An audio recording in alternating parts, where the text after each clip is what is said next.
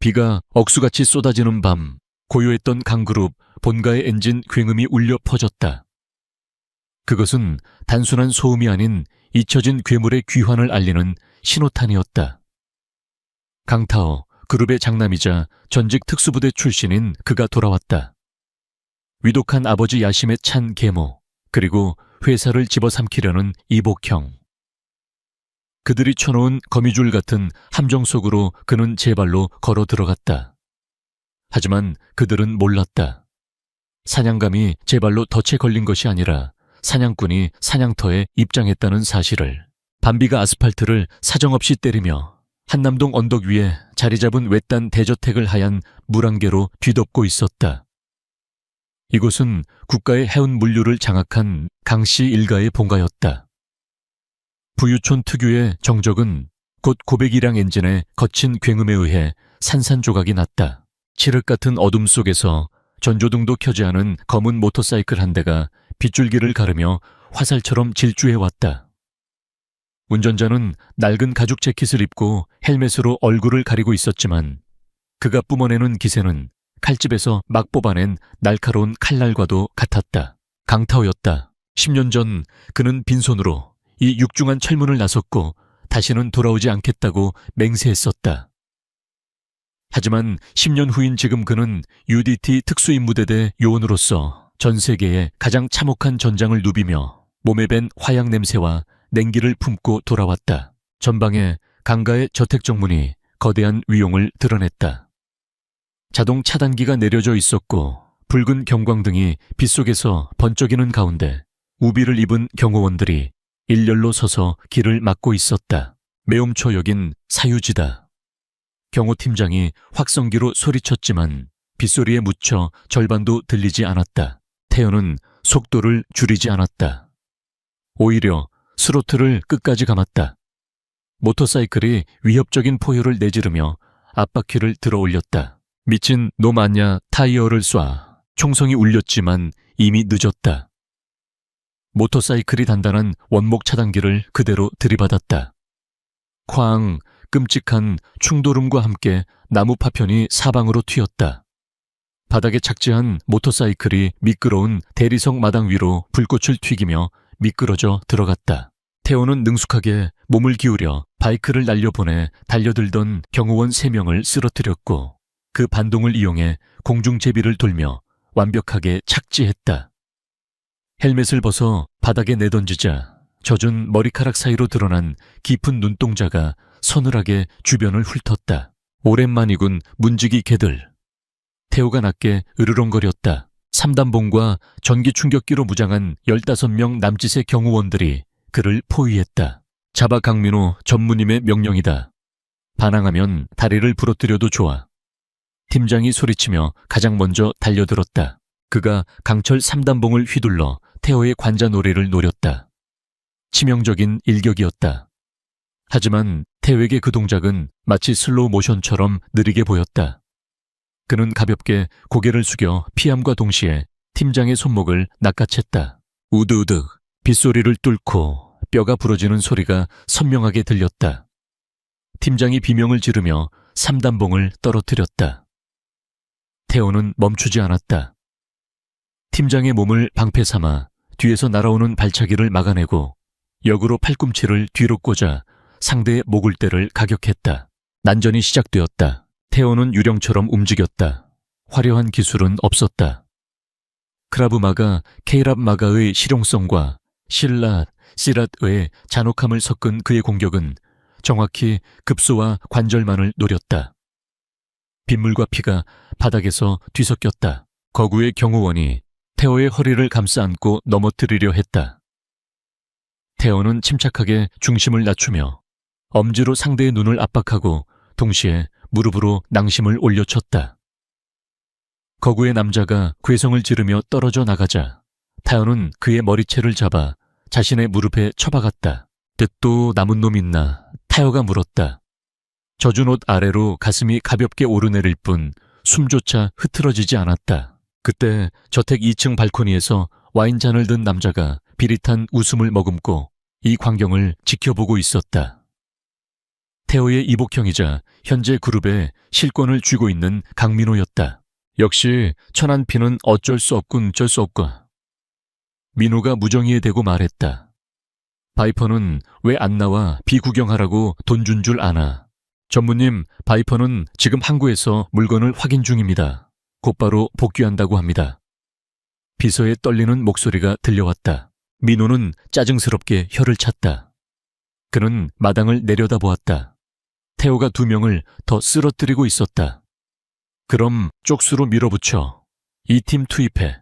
마당에 있던 태호는 분위기가 바뀐 것을 감지했다. 저택의 쪽문이 열리며 20명의 경호원이 더 쏟아져 나왔다. 그는 미간을 찌푸렸다. 아무리 그라도 맨손으로 무장한 다수를 상대하는 건 체력 소모가 컸다. 그 순간 본관의 육중한 현관문이 열렸다. 매움 추세요. 다들 그만둬요. 청아하지만 위험 있는 여자의 목소리가 울려 퍼졌다. 서류철을 든 젊은 여자가 뛰쳐나왔다. 단정한 정장 차림이었지만 하이힐 때문에 빗길에서 위태로워 보였다. 회장의 수석 비서이자 오른팔인 이지수였다. 경호원들은 그녀를 보자 주춤했다. 어쨌든 그녀는 회장의 대리인이었으니까. 이 실장, 비켜 민호 전무님의 명령이야. 팔이 부러진 팀장이 억지로 몸을 일으키며 소리쳤다. 지수는 아랑곳하지 않고 태우에게 달려갔다. 마치 그가 저지르려는 무모한 짓을 말리려는 듯 절박한 표정이었다. 태우 도련님, 여기서 이러시면 안 됩니다. 회장님이 병환 중이신데 화병으로 돌아가시게 할 작정이세요. 지수가 울먹이는 목소리로 소리쳤다. 그녀는 태호의 앞을 가로막고 양팔을 벌렸다. 태호는 눈앞의 작은 여자를 내려다보았다. 기억 속의 꼬마 옛 집사의 딸이 어렴풋이 겹쳐졌다. 그녀는 이제 얇은 안경 뒤로 결연한 눈빛을 숨긴 어른이 되어 있었다. 비켜. 태호가 차갑게 말했다. 다치게 하고 싶지 않아. 안 돼요. 당장 돌아가세요. 이 사람들이 도련님을 죽일 거예요. 지수는 태호의 가슴으로 뛰어들며 그의 옷자락을 움켜쥐고 흔들었다. 제발 가세요. 당신이 이길 수 있는 상대가 아니에요. 태호는 그녀를 밀쳐내려 했다. 그녀의 행동은 지나치게 감정적이고 연극적이었다. 하지만 그녀의 작은 손이 가슴에 닿는 순간 타오는 차갑고 딱딱한 물체가 자신의 재킷 안주머니로 순식간에 들어오는 것을 느꼈다. 그는 찰나의 순간 멈칫했다. 그의 시선이 그녀의 눈과 마주쳤다. 그 순간 지수의 눈에서 두려움은 사라지고 날카로운 지성과 긴급한 메시지만이 남았다. 그녀는 발뒤꿈치를 들고 애원하는 척하며 빗소리에 묻힐 만큼 작고 빠른 목소리로 속삭였다. 서울대병원 VIP 병동 후문 출입 카드예요. 약이 바꿔치기 됐어요. 날 밀쳐요. 세게. 태호가 눈썹을 치켜 올렸다. 이 여자 연기 중인가? 애워서요. CCTV가 보고 있어요. 그녀는 여전히 태호의 가슴을 주먹으로 치며 오열하는 척했다. 나쁜 자식, 감히 여기가 어디라고 돌아와. 태호의 입가에 희미한 미소가 스쳤다. 재미있군. 겁쟁이 꼬마가 이중간첩 놀이를 할 줄이야. 귀찮게 하는군. 타요가 일부러 큰 소리로 으르렁거렸다. 그는 팔을 휘둘러 지수를 거칠게 밀쳐냈다.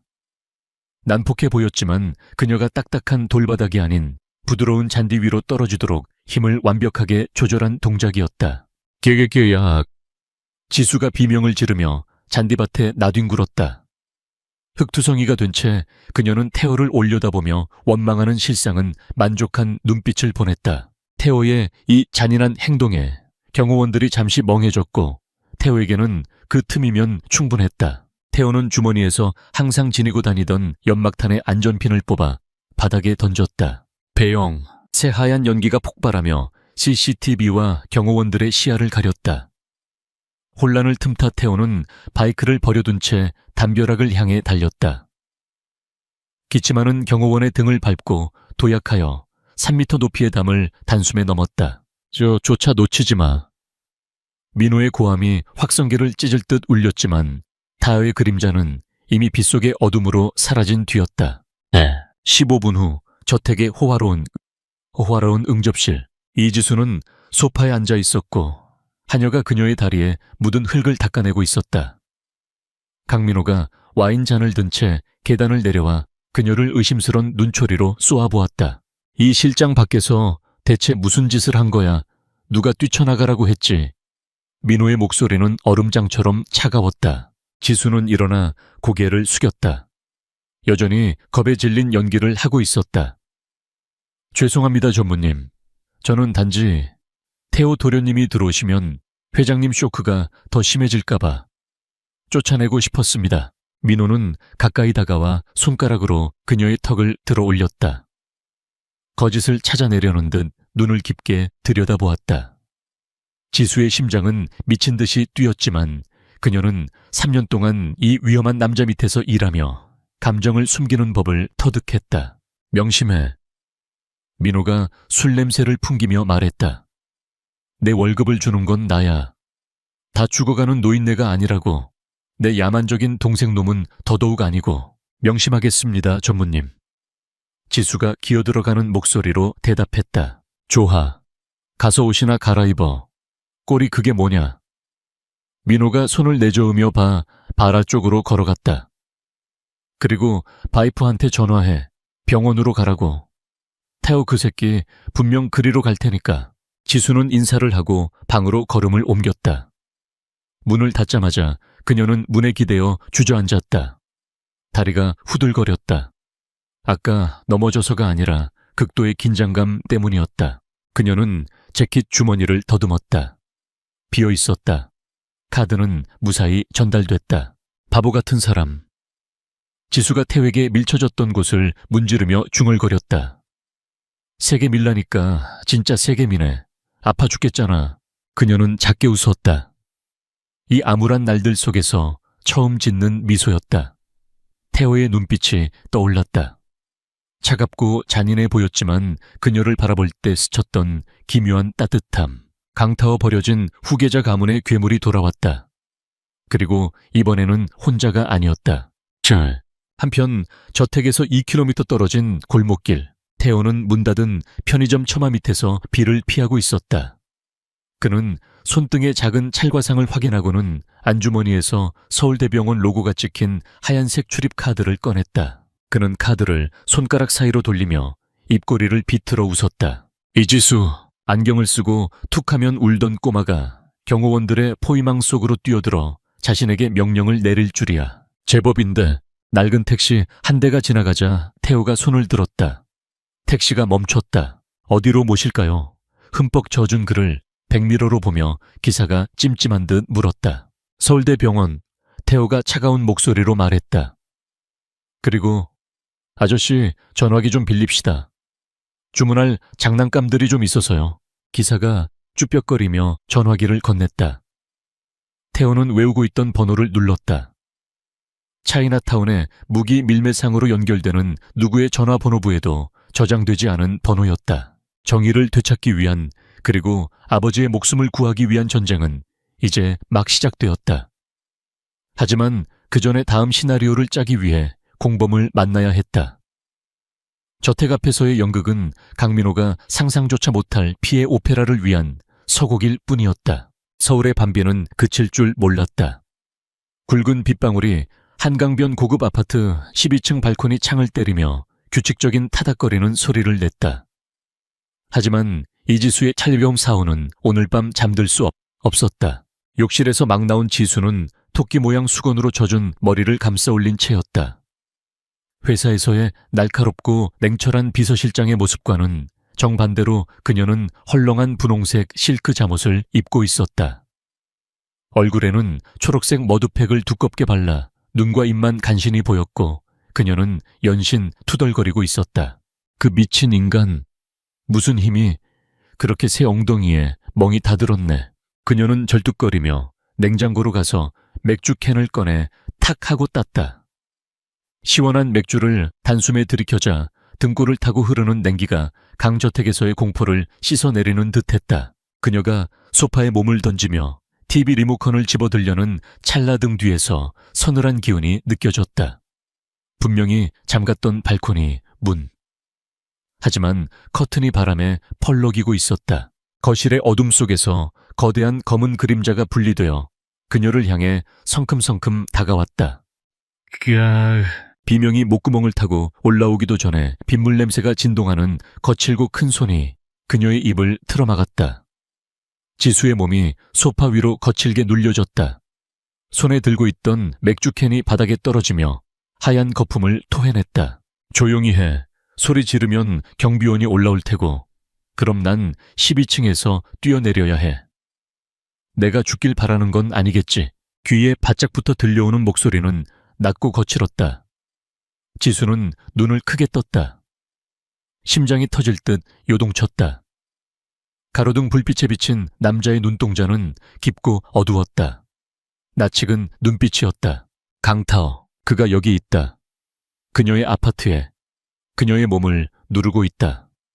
그리고 최악인 건 그녀가 지금 슈렉 같은 초록색 팩을 하고 있다는 사실이었다. 지수의 저항이 멈추자 태연은 천천히 손을 뗐다. 그는 태연하게 일어나 젖은 가죽 재킷을 털어내며 그녀의 비싼 카펫을 적셨다. 그는 그녀를 위아래로 훑어보더니 숨기지 않고 비웃음을 흘렸다. 이 비서의 홈패션 취향은 참 인상적이군. 특히 그 가면 말이야. 바위에 낀 이끼 같아. 지수는 황급히 손으로 얼굴을 가리며 손가락 사이로 소리쳤다. 저리 좀 봐요. 어떻게 들어온 거예요? 여기 12층이라고요. 보안팀은 다 장님입니까? 이런 보안 시스템은 좀도둑이나 막는 거지. 태호는 뻔뻔하게 냉장고로 걸어가 생수를 꺼내 반쯤 들이켰다. 그리고 정문으로 안 왔어. 배수관이 꽤 튼튼하더군. 지수는 입을 다물지 못했다. 폭우 속에 배수관을 타고 12층을 이 남자는 도대체 뭘로 만들어진 거야. 미쳤어 정말. 지수가 중얼거리며 욕실로 달려가 팩을 씻어냈다. 그녀가 돌아왔을 때 태호는 젖은 재킷을 벗은 상태였다. 검은색 티셔츠 위로 탄탄한 근육이 드러났지만 왼쪽 어깨가 붉게 물들어 있었다. 피었다. 지수의 수치심은 순식간에 걱정으로 바뀌었다. 그녀는 구급 상자를 가져왔다. 앉아요. 다쳤잖아요. 태호는 순순히 앉았다. 지수가 티셔츠를 찢어 상처를 확인하자 숨을 들이켰다. 긁힌 상처가 아니었다. 총알이 스치고 지나간 자국 깊게 패인 열창이었다. 아까 거기서 그런 거예요. 그녀의 목소리가 떨렸다. 아니 서울 들어올 때 고속도로에서 오토바이 탄 놈들이 준 환영 선물이야. 태호는 날씨 이야기를 하듯 무심하게 말하며 능숙하게 소독하고 붕대를 감는 그녀를 응시했다. 솜씨가 제법인데 아빠는 집사였지만 엄마는 간호사였거든요. 지수는 그의 뜨거운 피부에 닿는 손이 떨리지 않도록 애쓰며 대꾸했다. 이제 말해요. 왜 여기로 왔어요? 강민호가 사람을 풀어잡으려고 혈안인 거 알잖아요. 여기도 안전하지 않아요. 태호는 소파 등받이에 기대며 눈빛을 날카롭게 빛냈다. 안전하지 않으니까 온 거야. 호텔도 안 되고 카드는 정지됐고 핸드폰은 도청당해. 등잔 밑이 어둡다고 하지. 민호는 내가 자기 비서 집에 숨어 있을 거라곤 상상도 못할 테니까. 누가 자기 비서야. 지수가 투덜거리며 마지막 반창고를 붙였다. 그 사람은 날 집 지키는 개로밖에 안 봐요. 태호는 지수의 손목을 잡아 자신의 맞은편 의자에 앉혔다. 방금까지의 코믹한 분위기는 사라지고 숨막히는 긴장감이 감돌았다. 사실을 말해. 아버지가 독살당하고 있다는 게 무슨 말이지? 최 여사. 그 계모가 무슨 짓을 한 거야? 지수는 침을 꿀꺽 삼켰다. 그녀는 일어나 책장으로 가서 두꺼운 경제법 서적을 꺼냈다. 속이 파인 책 안에서 그녀는 작은 USB와 라벨 없는 유리 약병을 꺼냈다. 3개월 전부터 회장님이 신부전 증세를 보이기 시작했어요. 주치의는 노환과 과로 때문이라며 강심제인 디곡신을 처방했죠. 지수는 약병을 테이블 위에 올렸다. 하지만 이상했어요. 약을 먹을 때마다 호전되기는커녕 구토와 부정맥 환각 증세가 심해졌으니까요. 제가 몰래 약을 빼돌려 외부 기관에 성분 분석을 의뢰했습니다. 그녀는 태호의 눈을 똑바로 바라보며 분노에 찬 목소리로 말했다. 디곡신이 아니었어요. 밀양의 비소 알세닉이었습니다. 당신의 계모 최 여사 그녀가 회장님의 약을 직접 관리하죠. 그녀가 약을 바꿔치기 한 겁니다. 병사로 위장해 민호 전무에게 경영권 승계가 마무리될 때까지 천천히 죽어가게 만들려는 속셈이에요. 태호의 주먹이 하얗게 질릴 정도로 꽉 쥐어졌다. 그는 약병을 집어들었다. 눈동자에서 증오의 불길이 타올랐다. 아버지는 알고 계셨나? 처음엔 모르셨죠. 하지만 최근 드물게 정신이 돌아올 때 눈치채신 것 같아요. 그래서 비밀리에 변호사를 불러 당신에게 지분을 넘긴다는 유언장을 새로 작성하려 하셨습니다. 지수는 한숨을 내쉬었다. 하지만 민호 전무가 그걸 알아챘어요. 변호사를 맡고 회장님을 병원 VIP 병동에 감금했죠. 이제 회장님의 목숨은 며칠 남지 않았습니다. 짐승만도 못한 새끼들. 태호가 으르렁거렸다. 그가 테이블을 내리치자 유리가 요란하게 흔들렸다. 경찰에 넘기려고 했어요. 지수의 목소리가 가라앉았다. 하지만 관할 경찰서장은 민호 전무의 골프 친구예요. 증거를 넘기는 건 자살 행위나 마찬가지죠. 법 밖에서 그들을 무너뜨릴 힘 있는 사람이 필요했어요. 그게 바로 당신이에요. 태호는 눈앞에 작고 당찬 여자를 바라보았다. 그는 그녀를 과소평가했다. 약하고 엉뚱해 보이는 외모 뒤에 날카로운 지성과 놀라운 용기가 숨겨져 있었다. 날 도와주면 강그룹 전체를 적으로 돌리게 될 텐데 알고 있나? 이 약병을 집어든 순간부터 이미 적이었어요. 지수는 슬프게 웃었다. 그리고 회장님은 제 어머니가 돌아가실 때까지 병원비를 대주신 분이에요. 전 그분께 빚이 있어요. 태호는 한참 동안 침묵했다.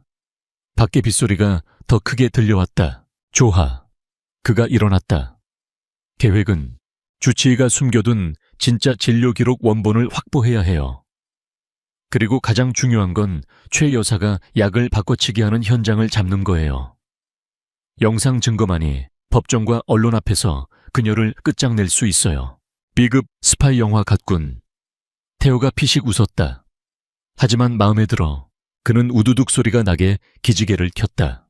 그럼 이제 가장 중요한 문제, 한 문제. 난 어디서 자지? 지수가 눈을 깜빡였다. 내 여기서 진짜 자고 가게요. 그럼 민호의 살수들이 득실거리는 밖에서 잘까? 타오는 천연덕스럽게 긴 소파로 걸어갔다. 걱정 마. 초록색 팩을 한 여자한텐 흥미 없으니까. 난 소파에서 잘게. 하지만 여긴 독신녀 아파트라고요. 지수가 약하게 반항했다. 그리고 난 연필 한 자루로도 사람을 죽일 수 있는 전직 특수요원이지. 오히려 든든해해야 하는 거 아닌가. 태호가 그녀에게 쿠션을 던졌다. 가서 자. 내일 할 일이 많아. 그리고 고마워. 마지막 말은 천둥 소리에 묻혀 아주 작게 들렸지만 지수는 분명히 들었다. 그녀는 쿠션을 안은 채 잠시 멍하니 서 있었다. 얼굴이 살짝 달아올랐다. 다 당신도 잘 자요. 지수는 침실로 도망치듯 들어가 문을 잠갔다. 그에게는 무의미하겠지만 침대에 누웠지만 심장은 여전히 쿵쿵거렸다. 위험하지만 매력적인 낯선 남자가 거실에 있다는 사실이 묘한 흥분과 긴장을 동시에 가져왔다. 거실의 태호는 소파에 누워 팔을 이마에 얹었다. 그는 잠들지 않았다.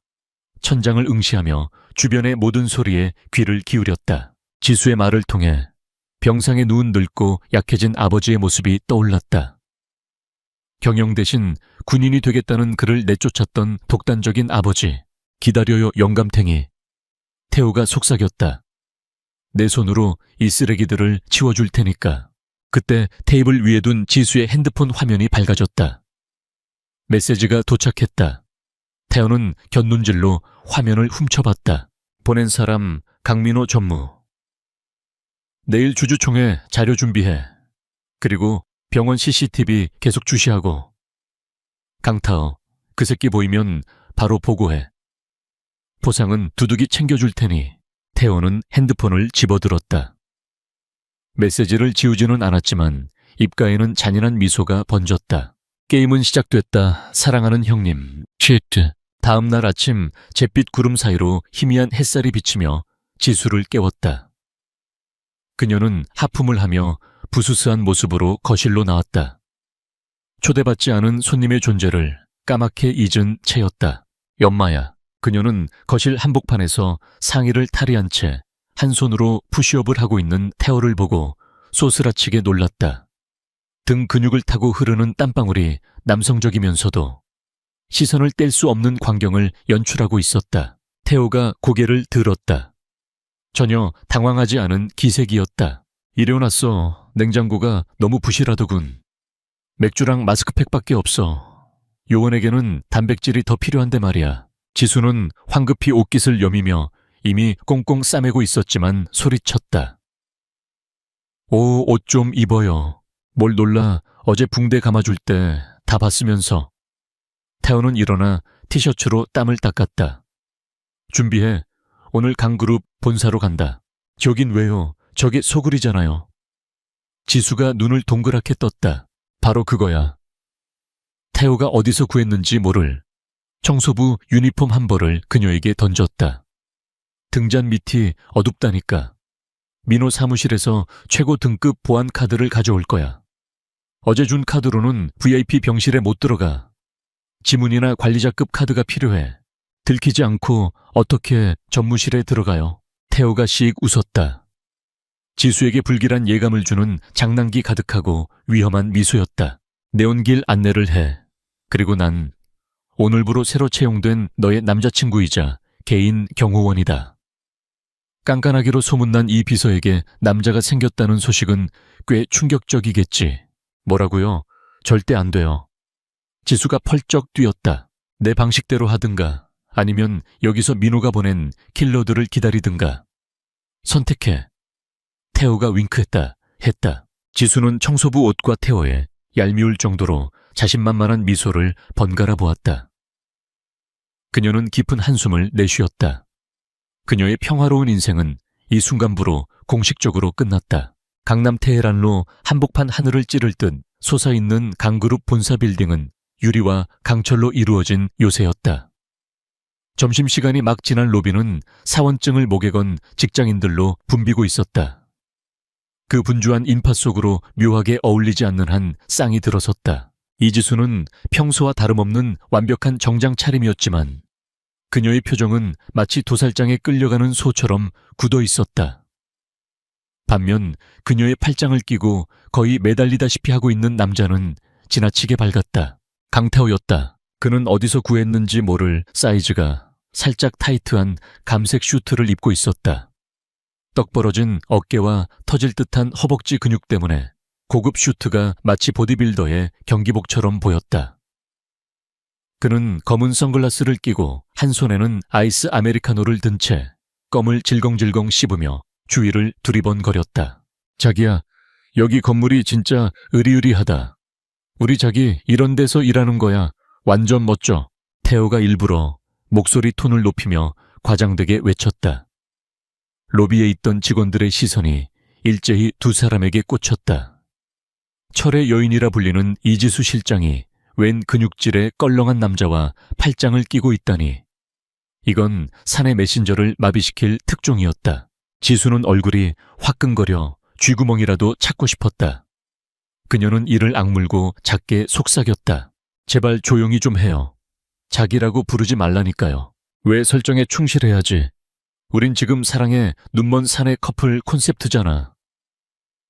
태호가 뻔뻔하게 대꾸하며 그녀의 허리를 더 바짝 끌어당겼다. 웃어. CCTV가 보고 있어. 민호 형.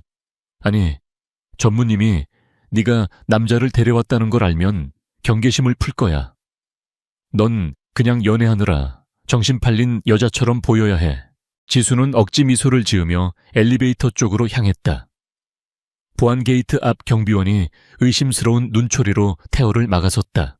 이 실장님, 이분은 누구십니까? 방문증이 없으면 출입이... 제 남자친구예요. 지수가 눈을 질끈 감고 내뱉었다. 점심시간에 잠깐 인사하러 왔어요. 금방 나갈 거예요. 아이고 형님 수고가 많으십니다. 태호가 경비원의 손을 덥석 잡고 붕붕 흔들었다. 우리 지수가 맨날 야근하느라 힘들죠. 제가 오늘 맛있는 간식 좀 쏘러 왔습니다. 잘 부탁드립니다. 태호의 악력의 경비원의 얼굴이 일그러졌다. 태호는 그 틈을 타 자연스럽게 지수와 함께 게이트를 통과했다. 엘리베이터에 타자마자 태호의 껄렁했던 표정은 순식간에 사라지고 먹이를 노리는 맹수의 눈빛으로 돌아왔다. 25층 전무실로 바로 간다. 지금 민호는 외부 미팅 중이야. 우리에게 주어진 시간은 정확히 20분. 어떻게 알아요? 지수가 놀라 물었다. 태호는 손목시계를 두드렸다. 오기 전에 해킹했지. 내 비서 아이디로 일정표에 접속하는 건 식은 죽 먹기더군. 그리고 민호 성격상 중요한 문서는 클라우드가 아니라 물리적인 금고나 하드디스크에 보관할 거야. 엘리베이터가 상승하는 동안 태호는 25층의 구조를 머릿속으로 시뮬레이션했다. 그의 목표는 하나. 민호의 개인 금고 안에 있을 마스터키와 비밀 장부였다. 병원 VIP층은 일반 보안카드로 뚫리지 않는다. 오직 이사급 이상의 마스터키나 생체 인식만이 통한다. 다딩 25층에 도착했다. 복도는 조용했다. 점심시간이라 비서들도 대부분 자리를 비운 상태였다. 지수는 떨리는 손으로 전무실 도어락에 자신의 사원증을 댔다. 비비비빅 접근 권한이 없습니다. 젠장 벌써 내 카드를 막아놨어. 지수가 당황했다. 비켜봐. 태호는 주머니에서 스마트폰에 연결된 소형 장치를 꺼냈다. 그는 장치를 도어락 패널에 갖다 대고 몇 가지 코드를 입력했다. 특수부대 시절 익힌 전자전 기술이었다. 화면의 숫자들이 미친 듯이 바뀌더니 3초 만에 철컥 소리와 함께 문이 열렸다. 와. 지수는 감탄할 새도 없이 태호에게 손목을 잡혀 안으로 끌려 들어갔다. 강민호의 사무실은 넓고 화려했다. 한강이 내려다 보이는 통유리창 최고급 가죽 소파, 그리고 벽면을 가득 채운 골프 트로피들. 타요는 지체 없이 책상으로 다가갔다. 네온문을 지켜 누가 오면 신호를 줘. 태호는 책상 서랍을 뒤지기 시작했다. 잠긴 서랍은 머리핀 하나로 간단히 열렸다. 하지만 서류들은 평범한 결제 서류뿐이었다. 없어.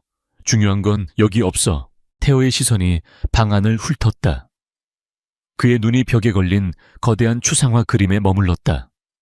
너무 뜬금없는 위치였다. 그는 그림을 떼어냈다. 그 뒤에는 최신형 벽 금고가 숨겨져 있었다. 빙고. 태호는 청증이 대신 귀를 금고 문에 바짝 댔다. 다이얼을 천천히 돌렸다. 미세한 클릭 소리에 집중했다. 빨리요. 시간이 없어요. 지수가 문틈으로 밖을 내다보며 재촉했다. 조용히 해. 집중 안 되잖아. 땀방울이 태호의 관자놀이를 타고 흘러내렸다. 이 금고는 기계식과 전자식이 결합된 이중 잠금 장치였다. 까다로웠다. 하지만 불가능하진 않았다. 뒷딸깍. 첫 번째 잠금이 풀렸다. 태호는 곧바로 패널을 뜯어내고 전선을 조작해 전자잠금을 우회했다. 10초 후 묵직한 금소금과 함께 금고문이 열렸다. 안에는 현금 뭉치 몇 개의 여권, 그리고 검은색 가죽 수첩과 빨간색 테두리에 보안카드가 들어있었다. 찾았다. 태호가 보안카드를 집어들었다. 이게 있으면 병원에 들어갈 수 있다. 그리고 그는 검은 수첩을 펼쳤다. 그 순간 지수의 다급한 목소리가 들렸다. 타요 씨, 누군가 와요. 민호 전무님이에요. 태호의 눈이 커졌다. 20분이라며 예정보다 너무 빠르다. 그는 수첩과 카드를 품에 넣고 주위를 둘러봤다. 나갈 곳이 없었다. 창문은 통유리라 열리지 않았고 문은 하나뿐이었다. 수메어. 태호는 지수를 낚아채듯 끌어안고 사무실 구석에 있는 휴게실 문을 열었다. 그곳은 좁은 옷장 겸 탕비실이었다. 두 사람이 들어가기엔 턱없이 비좁았다. 두 사람이 몸을 숨기자마자 사무실 문이 열렸다. 어서 오십시오, 미스터 첸. 기다리게 해서 죄송합니다. 강민호의 목소리였다. 태호와 지수는 옷장 안 빽빽하게 걸린 민호의 양복들 사이에 갇혔다. 공간이 너무 좁아 두 사람의 몸은 완전히 밀착되어 있었다. 태호의 단단한 가슴팍이 지수의 등에 닿았고 그의 양팔은 지수를 감싸 안아문이 열리지 않게 잡고 있는 형국이었다. 어둠 속에서 지수는 자신의 심장 소리가 너무 커서 들킬까봐 겁이 났다. 뒤에서 느껴지는 태호의 뜨거운 천과 규칙적인 숨소리가 그녀의 목덜미를 간지럽혔다. 좁은 공간에 갇힌 긴장감과 묘한 설렘이 뒤섞여 머리가 어지러웠다. 밖에서 대화 소리가 들려왔다. 깡 전무 물건은 확실한가? 저번처럼 농기계 부품 따위가 섞여 있으면 곤란해. 우리 고객들은 최신형을 원한다고. 낯선 남자의 억양은 중국계 같았다. 걱정 마십시오. 이번 컨테이너는 특수 화물로 분류했습니다. 세관 쪽은 이미 손을 썼고요. 러시아산 신형 소총과 RPG 그리고 C4 폭약까지 리스트대로 완벽하게 준비했습니다. 옷장 안태호의 눈빛이 매섭게 변했다. 단순한 밀수가 아니었다. 이건 전쟁 무기였다. 아버지가 평생을 바쳐 일궈온 하은 회사를 민호는 국제 무기 밀매의 운송수단으로 쓰고 있었던 것이다. 지수는 충격에 입을 막으려 손을 올렸지만 공간이 좁아 움직일 수 없었다. 그때 태호의 손이 부드럽게 그녀의 입을 덮었다. 쉬스 하는 작은 숨결이 귀에 닿았다. 출항은 언제입니까? 오늘 밤입니다. 폭풍우가 치는 날이 오히려 감시를 피하기 좋죠. 제1부두 4번 구역. 제 형님, 아니 그 망할 놈이 돌아와서 좀 시끄럽긴 하지만 처리할 겁니다. 강타오라는 그 친구 말입니까? 소문은 들었습니다. UDT 전설이라더군요. 조심하는 게 좋을 겁니다. 그래봤자 혼자입니다. 오늘 밤이면 물고기 밥이 될 겁니다. 민호의 웃음소리가 들렸다. 지수는 분노로 몸을 떨었다. 태호는 그녀를 진정시키려는 듯 팔에 힘을 주어 더 꽉 끌어안았다. 그의 단단한 근육이 그녀를 보호막처럼 감쌌다. 이상하게도 죽음의 위협이 오가는 대화 속에서도 그의 품 안은 세상에서 가장 안전한 곳처럼 느껴졌다. 그럼 계약금 잔금은 항구에서 확인 후 입금하죠. 발소리가 멀어지고 문이 닫히는 소리가 들렸다. 하지만 태호는 바로 움직이지 않았다. 아직이야. 기다려. 그가 아주 작게 속삭였다. 1분 뒤 다시 문이 벌컥 열렸다. 민호가 다시 들어온 것이다.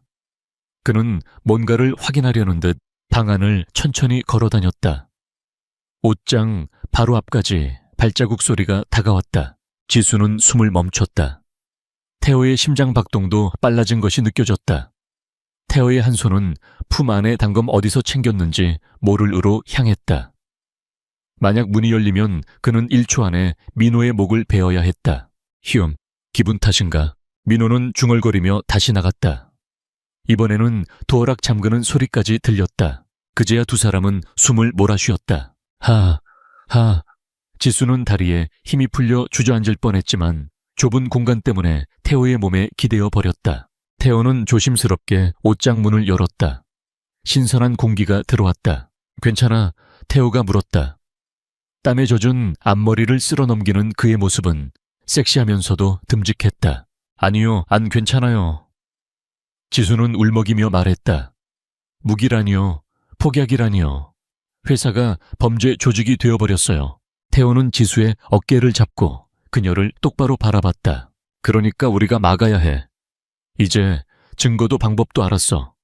오늘 밤 놈들이 물건을 싣기 전에 끝낸다.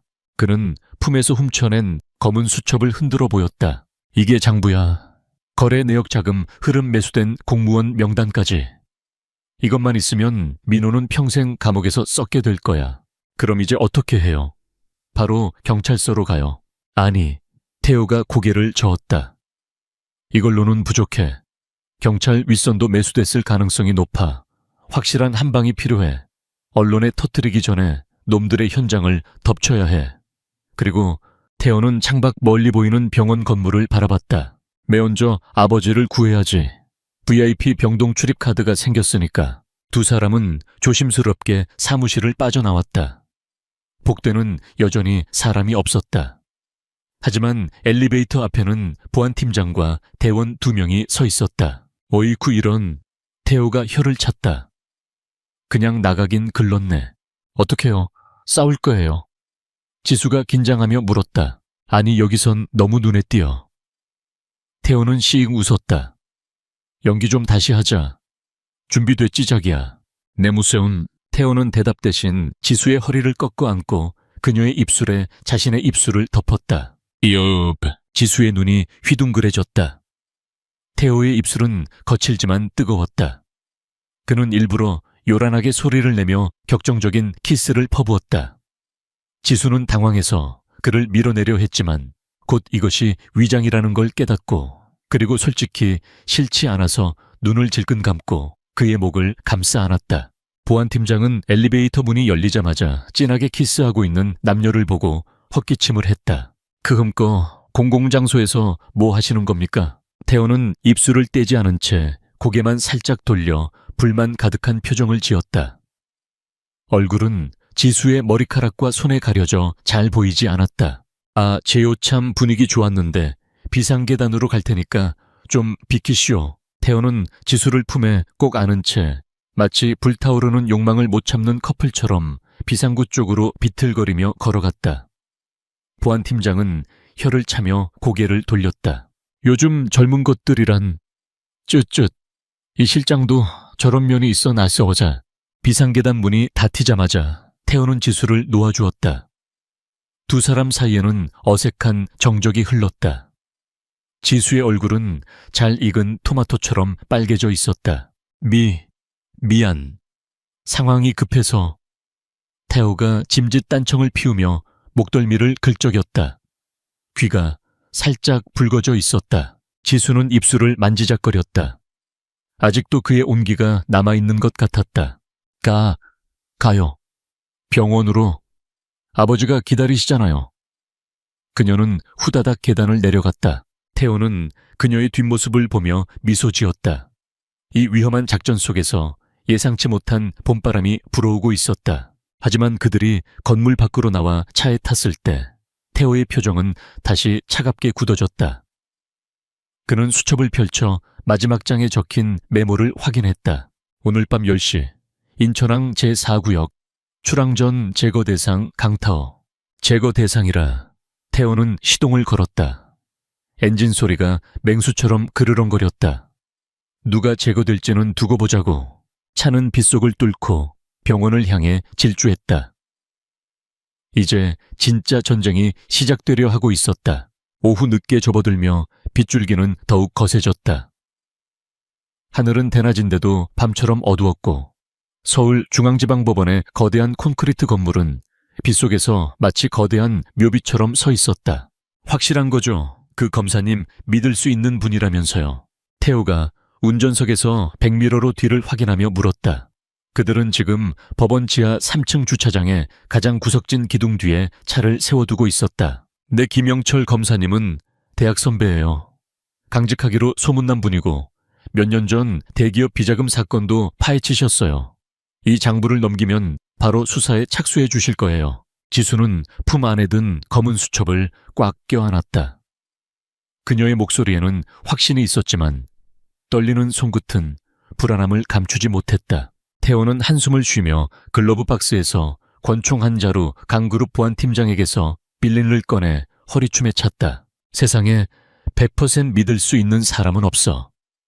특히 법조계 양반들은 더더욱. 내가 같이 가겠어. 안 돼요. 지명수배된 얼굴로 검사를 만나겠다고요. 바로 체포될 거예요. 저 혼자 가는 게 안전해요. 여기서 막만 봐주세요. 무슨 일 생기면 바로 연락할게요. 지수는 단호하게 차 문을 열고 나갔다. 태호는 그녀의 뒷모습을 보며 혀를 찼다. 고집은. 그는 핸들을 톡톡 두드리며 차의 시동을 끄지 않은 채 대기했다. 본능이 경고음을 울리고 있었다. 공기가 너무 무거웠다. 지수는 약속 장소인 B구역 엘리베이터 앞으로 걸어갔다. 텅 빈 지하 주차장에는 그녀의 구두 소리만 또각또각 울려 퍼졌다. 이지수 실장님. 기둥 뒤에서 중년의 남자가 나타났다. 단정한 안경에 인상 좋은 미소.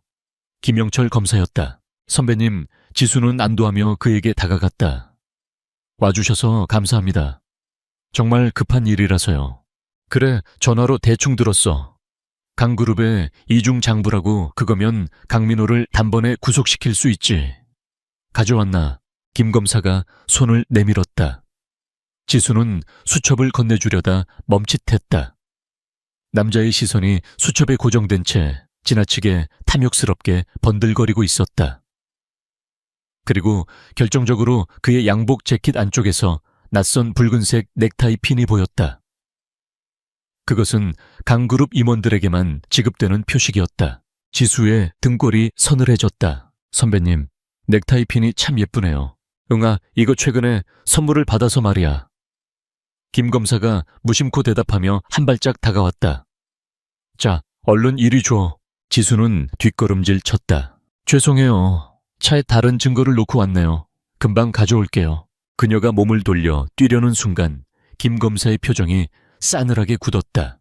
눈치 하나는 빠르군. 잡아. 그의 말이 떨어지자마자 주차되어 있던 승합차들의 문이 열리며 검은 옷을 입은 사내들이 쏟아져 나왔다. 그리고 그들 사이로 호리호리한 체격에 긴 머리를 묶은 남자가 유령처럼 걸어 나왔다. 손에는 구부러진 칼날이 특징인 카람빗 나이프가 들려 있었다. 강민호의 살수 바이퍼였다. 뒤뒤위어 봤자 벼룩이지. 바이퍼가 비릿하게 웃었다. 지수는 비명을 지르며 자신의 차가 있는 쪽으로 전력 질주했다. 태호 씨, 함정이에요. 도망쳐요. 그녀는 핸드폰을 꺼내 단축번호를 눌렀지만 통화 버튼을 누르기도 전에 바이퍼가 던진 표창이 그녀의 어깨를 스치고 지나가 핸드폰을 쳐냈다. 지수는 바닥에 뒹굴었다. 핸드폰이 저만치 미끄러져 나갔다. 그녀가 고통을 참으며 다시 일어나려 할 때 날카로운 칼날이 그녀의 목덜미에 닿았다. 움직이면 경동맥을 끊어주마. 예쁜 목에 흉터 남기긴 싫잖아. 바이퍼가 그녀의 귀에 속삭였다. 그때였다. 무앙. 고막을 찢을 듯한 엔진 소리와 함께 태호의 차가 기둥을 들이받으며 튀어나왔다. 타요는 엑셀을 끝까지 밟아 사내들 무리로 돌진했다. 쾅 우지끈. 두어 명의 사내가 차에 치여 날아갔다. 태호는 능숙하게 핸들을 꺾어 드리프트를 하며 지수와 바이퍼 사이를 가로막으려 했다. 타이어 타는 냄새와 매연이 주차장을 가득 채웠다. 타, 빨리 타. 태호가 조수석 문을 열며 소리쳤다. 하지만 바이퍼는 빨랐다. 그는 차가 멈추기도 전에 지수의 머리채를 잡고 뒤로 끌고 가며 동시에 태호를 향해 권총을 발사했다. 다탕탕. 앞 유리의 구멍이 뚫리고 파편이 태호의 얼굴로 튀었다. 태호는 반사적으로 고개를 숙이며 응사했다. 이 개새끼가. 태호는 차문을 박차고 나와 보닛 위로 몸을 날리며 사격했다. 그의 총알이 바이퍼의 부하들을 쓰러뜨렸다. 하지만 바이퍼는 지수를 인간 방패로 삼아 검은색 스타렉스 승합차 뒤로 숨었다. 강타어, 총 버려. 안 그럼 이 여자의 목을 따겠다. 바이퍼가 지수의 목에 칼을 깊게 들이댔다. 붉은 피가 하얀 블라우스를 적셨다. 태호의 손가락이 반가수에서 멈췄다.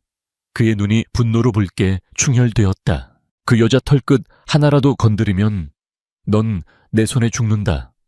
아주 고통스럽게. 하하하하 무서워라. 하지만 지금은 네가 선택권이 없어 보이는데. 바이퍼는 지수를 질질 끌고 승합차 안으로 밀어 넣었다. 지수는 울면서 발버둥 쳤지만 역부족이었다. 문이 닫히기 직전 그녀는 바닥에 떨어진 자신의 핸드폰을 바라보았다. 그리고 태호와 눈이 마주쳤다. 그녀의 눈빛은 말하고 있었다. 오지마. 함정이야. 하지만 동시에 입모양은 달랐다. 찾아와. 그녀는 잡히지 않은 한쪽 발로 바닥에 떨어진 핸드폰을 태워 쪽으로 세게 걷어찼다. 꽝. 승합차 문이 닫히고 차가 급출발했다. 태호는 쫓아가려 했지만 매복해 있던 다른 차량 2대가 그의 앞길을 가로막고 기관 단총을 난사했다. 누두두두두. 태호는 기둥 뒤로 몸을 피해야 했다. 콘크리트 파편이 비처럼 쏟아졌다. 그는 이를 갈며 탄창을 갈아 끼웠다. 비켜, 이 송사리 새끼들아. 태호는 기둥을 박차고 나가며 정밀 사격을 가했다. 탕탕. 운전자의 미간을 정확히 뚫었다. 차 한 대가 벽을 들이받고 멈췄다. 하지만 그 사이 지수를 태운 승합차는 이미 주차장 출구를 빠져나가고 있었다. 승합차 창문 밖으로 바이퍼가 손을 흔들며 외쳤다. 물건은 오늘 밤 10시 인천항 4구역에서 나간다. 여자를 찾고 싶으면 와라. 물론 내 장례식장이 되겠지만 차량들이 모두 빠져나가고 지하 주차장에는 다시 정적이 찾아왔다. 매캐한 화약 냄새와 피 비린내만이 진동했다. 태호는 빗발치는 총알 속에서도 상처 하나 입지 않았지만 그의 마음은 이미 난도질 땅에 있었다. 그는 천천히 걸어가 바닥에 떨어진 지수의 핸드폰을 집어들었다. 액정이 깨져 있었지만 화면은 켜져 있었다. GPS 추적 앱이 실행되고 있었다. 깜빡이는 붉은 점이 인천 방향으로 빠르게 이동하고 있었다. 매ong청한 여자, 내가 도망치라고 했잖아. 태호의 목소리는 떨리고 있었다. 그는 핸드폰을 꽉 쥐었다. 손등에 핏줄이 터질 듯 솟아올랐다. 그는 평생을 전장에서 보냈다. 수많은 동료를 잃었고 수많은 적을 죽였다. 감정은 사치였다. 하지만 지금 가슴속 깊은 곳에서 뜨거운 무언가가 끓어오르고 있었다. 그것은 단순한 분노가 아니었다. 잃고 싶지 않은 사람을 잃었을 때 오는 공포, 그리고 그 공포를 덮어버리는 살의였다. 태호는 자신의 찢어진 옷소매를 뜯어 총상을 입은 이마의 피를 대충 닦아냈다. 그의 눈빛이 변했다. 더 이상 인간 강타오의 눈이 아니었다. 사냥터에 풀려난 굶주린 짐승의 눈이었다. 오늘 밤 비가 피로 바뀌게 될 거다. 그는 깨진 차 유리창을 팔꿈치로 깨부수고 운전석에 다시 앉았다. 시동을 걸자 엔진이 비명을 질렀다. 목적지는 인천항. 그곳은 오늘 밤 지옥이 될 예정이었다. 그리고 그 지옥에 불을 지피는 악마는 바로 강타오 자신이 될 것이다. 인천항 제4부두의 밤은 세상의 종말을 연상케 했다. 하늘이 뚫린 듯 쏟아지는 폭우는 검은 바다와 육지의 경계를 지워버렸고 수천 개의 컨테이너가 쌓인 거대한 철에 미로 위로 번개가 내리꽂힐 때마다 세상은 순간적으로 창백한 흑백 사진처럼 변했다. 부두 외곽에 폐쇄된 창고 앞 헤드라이트를 끈 검은 세단 한 대가 빗속에 웅크리고 있었다. 차 안의 공기는 차갑게 식어 있었다. 강태호는 운전석에서 천천히 눈을 떴다. 그의 눈동자는 칠흑 같은 어둠 속에서도 형형하게 빛나고 있었다. 그는 조수석에 놓인 더플백을 열었다. 그 안에는 그가 예전에 은신처에 숨겨두었던, 그리고 오는 길에 조달한 장비들이 들어있었다. 그는 젖은 셔츠를 벗어던지고 검은색 전술조끼, 탁티컬 베스트를 착용했다. 탄창, 단검 섬광탄, 그리고 C4 폭약 덩어리들이 조끼의 파우치마다 채워졌다. 마지막으로 손가락이 잘린 전술 장갑을 끼며 주먹을 쥐었다 폈다. 가죽이 팽팽하게 당겨지는 소리가 빗소리에 묻혔다. 기다려 지수야. 태호는 나지막이 속삭였다. 그의 목소리에는 감정이 없었다. 오직 목표만이 존재했다. 지금 이 순간부터 그는 누군가의 아들도 사랑에 빠진 남자도 아니었다. 그는 다시 코드네임 고스트로 돌아갔다. 살아있는 모든 것을 지워버리는 유령. 그는 차문을 열고 폭풍우 속으로 걸어 들어갔다. 부두 정문은 무장한 용병들이 지키고 있었다. 우비를 입은 경비병 2명이 초소 안에서 히터에 손을 쬐며 잡담을 나누고 있었다. 날씨 한번 지랄 같네. 이런 날에 무슨 출항이라고. 야, 조용히 해. 위에서 시키면 하는 거지. 이번 물건이 워낙 중요하대잖아. 그들은 빗소리에 섞인 미세한 발소리를 듣지 못했다. 번개가 우르릉하고 울부짖는 순간 초소의 유리창이 소리 없이 깨졌다. 여기. 왼쪽에 있던 경비병이 목을 부여잡고 쓰러졌다. 그의 목에는 가느다란 주사기 바늘이 꽂혀 있었다. 강력한 마취제였다. 오른쪽 경비병이 놀라 소총을 들어 올리려는 찰나 빗물에 젖은 검은 그림자가 초소 안으로 미끄러져 들어왔다. 태호의 손날이 경비병의 경동맥을 정확히 가격했다. 퍽 하는 둔탁한 소리와 함께 병사는 비명 한 번 지르지 못하고 기절했다. 태호는 쓰러진 병사의 허리춤에서 무정이를 빼내 주파수를 확인한 뒤 자신의 인이어 이어폰을 조정했다. 적들의 통신망이 그의 귀로 들어왔다. 여기는 알파 1, 4구역 순찰 이상 무. 비가 너무 많이 와서 시야 확보가 어렵다. 알았다. 계속 경계해. 쥐새끼 한 마리도 들이지 마. 태호는 입꼬리를 살짝 올렸다. 시야 확보가 어렵다 그건 너희들 사정이지. 그는 빗줄기를 뚫고 컨테이너 적재의 구역으로 진입했다. 이곳은 그야말로 강철로 만든 숲이었다. 높게 쌓인 컨테이너들은 훌륭한 엄폐물이자 동시에 치명적인 함정이 될 수 있었다. 태호는 바닥을 기어가듯 낮은 자세로 이동했다. 거대한 크레인 조명등이 주기적으로 바닥을 훑고 지나갔지만 태호는 빛과 그림자의 리듬을 완벽하게 파악하고 있었다. 빛이 닿기 0.1초 전 그는 이미 다른 컨테이너의 그림자 속으로 사라져 있었다. 그의 목표는 가장 안쪽 특수 화물이 선적되고 있는 중앙 광장이었다. 하지만 그는 곧장 그곳으로 가지 않았다. 그는 붉은색 위험물 Dangerous Goods 스티커가 붙은 특정 컨테이너들을 찾아다녔다. 겉으로는 화학약품이라고 표기되어 있었지만 태호의 경험상 이것들은 위장막이었다. 그는 컨테이너 잠금 장치를 능숙하겠다고 문을 살짝 열었다. 내부를 확인한 그의 눈이 가늘어졌다. 예상대로였다. 나무 상자 안에는 러시아제 RPG-11 로켓 발사기와 탄두들이 빼곡히 들어차 있었다. 이 정도면 작은 나라 하나는 뒤집어 엎겠군. 태호는 품에서 시파 폭약 덩어리를 꺼냈다. 그는 폭약을 컨테이너 안쪽 깊숙한 곳 탄두 상자 사이에 부착했다. 그리고 원격 기폭 장치를 연결했다. 붉은색 LED가 깜빡이다가 녹색으로 바뀌었다.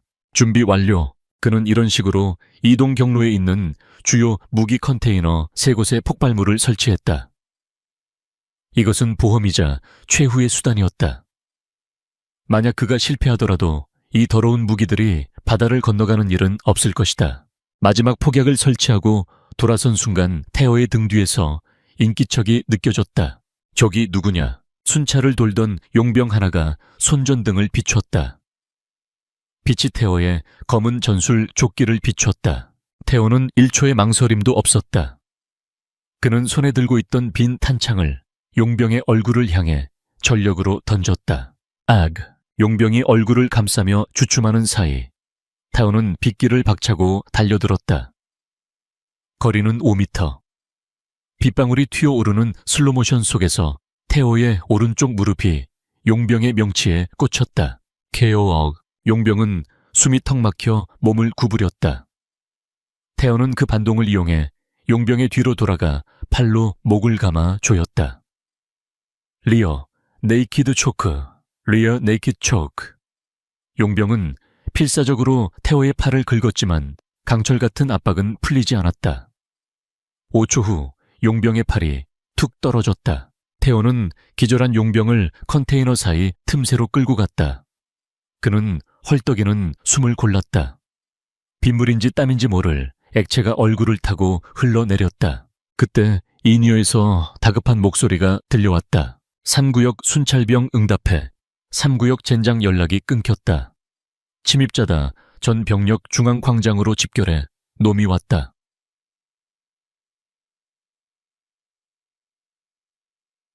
헤이, 들켰군. 태호는 쓴웃음을 지었다. 어차피 끝까지 숨길 수는 없었다. 이제부터는 스텔스 모드가 아니다. 전면전이다. 그는 소음기를 떼어내 주머니에 넣었다. 이제 소리는 상관없었다. 오히려 더 큰 소음이 필요했다. 그는 에메어 소총의 놀이쇠를 당겨 장전했다. 철컥 하는 금소금이 천둥 소리보다 더 선명하게 그의 귀를 때렸다. 그는 컨테이너 위로 기어 올라갔다. 높이 10m의 컨테이너 꼭대기에서 그는 중앙 광장을 내려다보았다. 그곳은 대낮처럼 환했다. 수십 개의 투광 조명이 켜져 있었고 그 중심에는 거대한 크레인에 매달린 컨테이너 하나가 공중에 위태롭게 떠 있었다. 그리고 그 아래 강민호가 우산을 쓴 채 서 있었고 그 옆에는 바이퍼가 칼을 만지작거리고 있었다. 공중에 매달린 컨테이너의 문이 열려 있었다. 그 안에는 의자에 묶인 채 입이 테이프로 막힌 이지수가 보였다. 그녀는 빗물이 들이치는 컨테이너 입구 쪽으로 위태롭게 기울어져 있었다. 태호의 심장이 덜컥 내려앉았다. 공포가 엄습했지만 곧이어 뜨거운 분노가 혈관을 타고 흘렀다. 강민호, 그는 이빨을 갈았다. 저 거만한 형의 얼굴을 뭉개버리고 싶었다. 하지만 섣불리 움직일 수 없었다. 아래에는 최소 30명의 중무장한 용병들이 진을 치고 있었다. 그때 강민호가 확성기를 들고 소리쳤다. 나와라 강타어. 여기 있는 거 다 안다. 쥐새끼처럼 숨어만 있을 거냐. 내 여자가 비바람에 날아가기 직전이라고. 민호가 손짓하자 크레인 기사가 조종 레버를 움직였다. 지수가 갇힌 컨테이너가 끼익 소리를 내며 한쪽으로 심하게 기울어졌다. 지수의 비명소리가 테이프 너머로 흐릿하게 들려왔다. 태호의 이성이 끊어지는 소리가 들렸다. 그는 심호흡을 했다. 빗물이 폐부 깊숙이 들어왔다.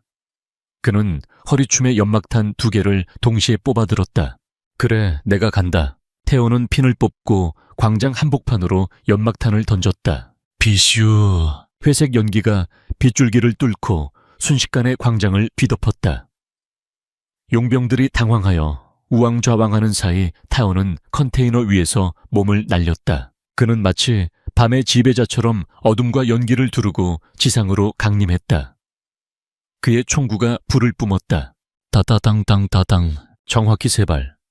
가장 위협적인 위치에 있던 기관총 사수 3명이 쓰러졌다. 저기다 쏴라. 수십 발의 총알이 태호가 착지한 곳을 향해 쏟아졌다. 하지만 그는 이미 그곳에 없었다. 그는 영이 속을 질주하며 짐승 같은 속도로 적들 사이를 파고들었다. 총알이 떨어지면 권총으로 권총 탄창을 갈 시간이 없으면 단검으로. 그의 춤사위는 처절하고도 아름다웠다. 피와 빗물이 섞여 바닥을 붉게 물들였다. 단 3분.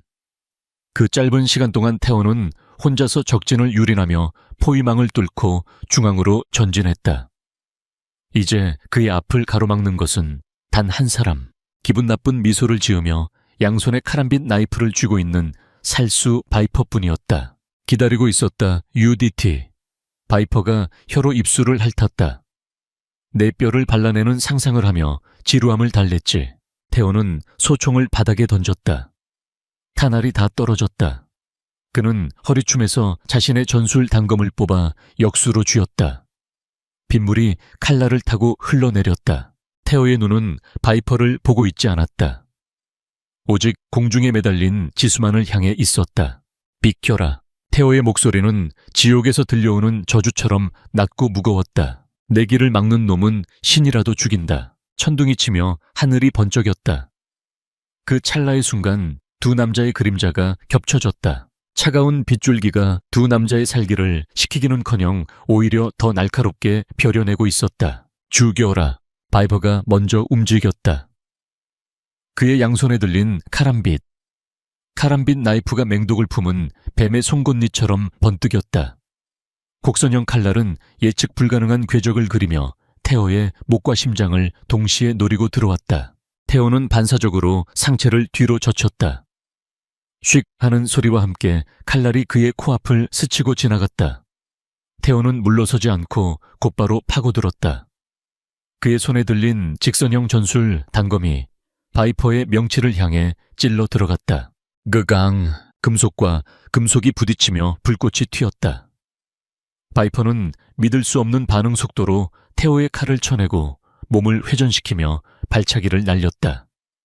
태호는 팔을 들어 막았지만 묵직한 충격에 몸이 휘청거렸다. 동작이 굼뜨군 UDT.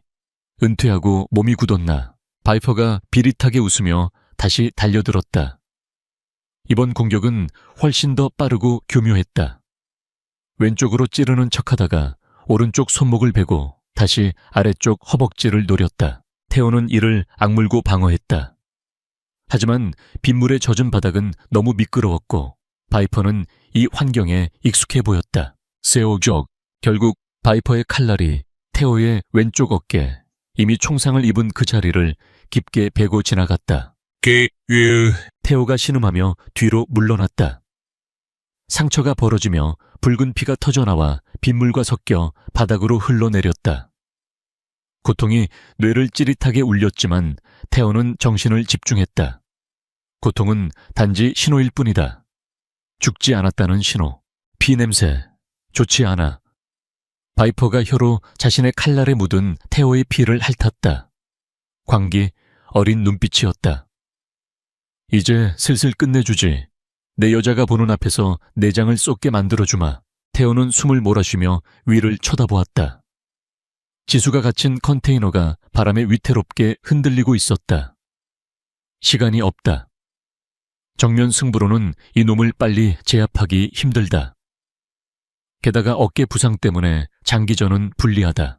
테오의 눈이 주변 지형을 빠르게 스캔했다. 그의 시선이 항구 한쪽에 쌓여있는 3단 컨테이너 적재 구역과 그 위를 지나가는 거대한 크레인 후크에 머물렀다. 미친 개한테는 몽둥이가 약이지. 테오는 갑자기 등을 돌려 컨테이너 적재 구역을 향해 달리기 시작했다. 도망가냐 비겁한 놈. 바이퍼가 소리치며 뒤를 쫓아왔다. 타오는 수직 사다리를 타고 컨테이너 위로 순식간에 기어 올라갔다. 바이퍼도 질세라 그 뒤를 바짝 추격했다. 지상 10m 높이의 컨테이너 꼭대기. 이곳은 바람이 훨씬 더 거세게 불어 몸을 가누기조차 힘들었다. 빗물 때문에 표면은 빙판길처럼 미끄러웠다. 테오는 막다른 곳에 멈춰 섰다. 뒤는 낭떠러지였고 앞에는 바이퍼가 서 있었다. 더 이상 갈 곳은 없다.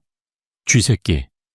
바이퍼가 천천히 다가왔다. 테오는 단검을 역수로 고쳐 잡았다. 그의 눈빛이 차분하게 가라앉았다. 여기가 내 무덤이다. 바이퍼가 코웃음을 치며 달려들었다. 그는 공중으로 도약하며 양손의 칼을 내리찍으려 했다. 테오는 그 순간을 기다렸다. 그는 피하는 대신 몸을 낮추며 미끄러지듯 바이퍼의 품 안으로 파고들었다. 테오의 어깨가 바이퍼의 복부를 강타했다. KO억. 하지만 바이퍼는 중심을 잃지 않고 테오의 등 뒤를 칼로 찌그려 했다. 타오는 고통을 감수하고 바이퍼의 양손목을 낚아챘다. 그리고 온몸에 힘을 다해 그를 뒤로 밀어붙였다.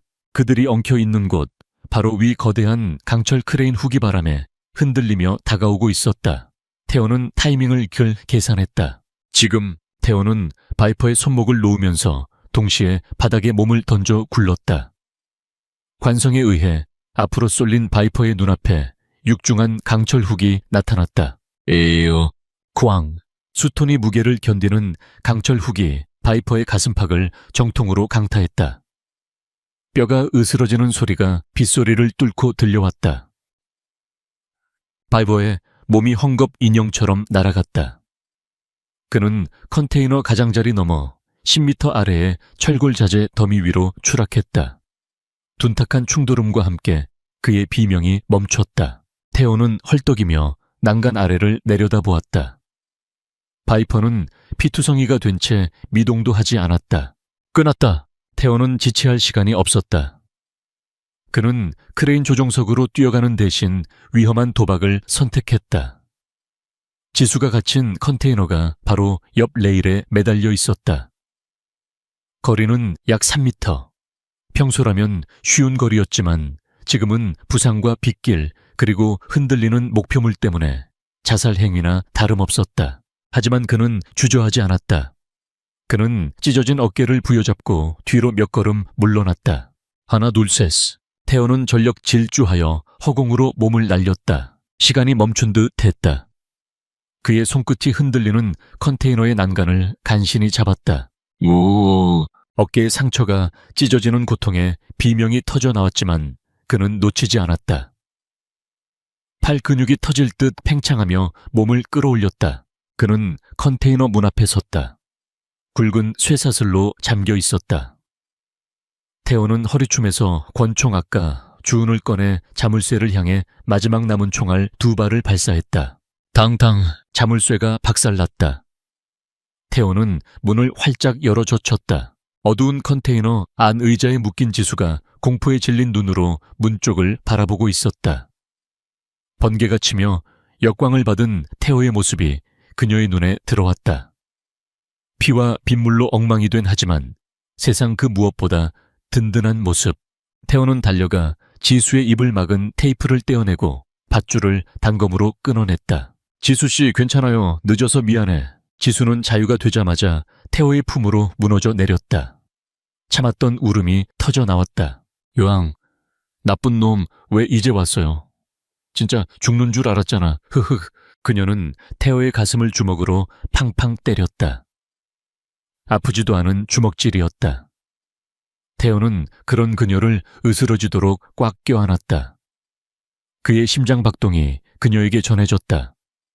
살아있다는 안도감 그리고 그녀를 되찾았다는 벅찬 감정이 교차했다. 미안해요. 진짜 미안해. 다신 안 놓을게. 지수는 울다가 태호의 어깨에서 흘러내리는 피를 발견하고는 쏘스라치게 놀랐다. 피가 너무 많이 나요. 당신 바보야 몸이 이 지경이 돼서. 그녀는 떨리는 손으로 자신의 블라우스 소매를 거칠게 찢었다. 그리고 태호의 상처 부위를 단단히 감싸 지혈했다. 그녀의 눈물방울이 태호의 상처 위로 떨어져 빗물과 섞였다. 아프지 마요. 제발. 지수의 젖은 손이 태호의 뺨을 감쌌다. 태호는 그녀의 손 위에 자신의 손을 겹쳤다. 차가운 빗속이었지만 두 사람의 처는 뜨거웠다. 이 정도는 아무것도 아니야. 당신이 무사하면 됐어. 태호는 젖은 머리카락이 달라붙은 지수의 이마에 부드럽게 입을 맞추었다. 이제 집에 가자. 하지만 운명은 그들에게 낭만을 오래 허락하지 않았다. 항구 전체를 울리는 굉음과 함께 투광 조명들이 일제히 그들이 있는 컨테이너를 비췄다. 눈부신 빛에 두 사람은 눈을 찌푸렸다. 아래쪽에서 확성기 소리가 들려왔다. 감동적이군. 눈물이 다 날 지경이야. 내 동생 로맨티시스트였네. 강민호였다. 그는 도망치지 않았다. 오히려 더 많은 병력을 이끌고 돌아왔다. 수십 개의 총구가 공중에 매달린 컨테이너를 조준하고 있었다. 그리고 민호의 손에는 작은 기폭장치가 들려 있었다. 하지만 그 로맨스의 끝은 비극이어야 제맛이지. 안 그래? 민호가 광기 어린 미소를 지으며 손을 들어 올렸다. 항구 곳곳에 설치된 가스관과 유류 탱크에 폭탄이 설치되어 있었다. 그는 이 항구 전체를 불바다로 만들어 증거와 함께 두 사람을 태워버릴 작정이었다. 태호는 지수를 자신의 등 뒤로 숨기며 민호를 내려다보았다. 그의 눈빛은 더 이상 사냥감의 것이 아니었다. 모든 패를 쥐고 있는 승부사의 눈빛이었다. 형, 네가 누르려는 그 버튼, 그게 네 인생의 종료 버튼이다. 태호는 품속에 있는 또 다른 기폭장치를 만지작거렸다. 진짜 클라이맥스는 지금부터였다. 폭우와 번개가 뒤섞인 인천항은 거대한 처형대와 같았다. 수십 개의 총구가 공중에 매달린 컨테이너를 겨누고 있었고 그 아래에서 강민호는 승리감에 도취된 지휘자처럼 팔을 벌리고 서 있었다. 선택해라. 강타어, 네가 스스로 뛰어내려 죽으면 여자는 살려주마.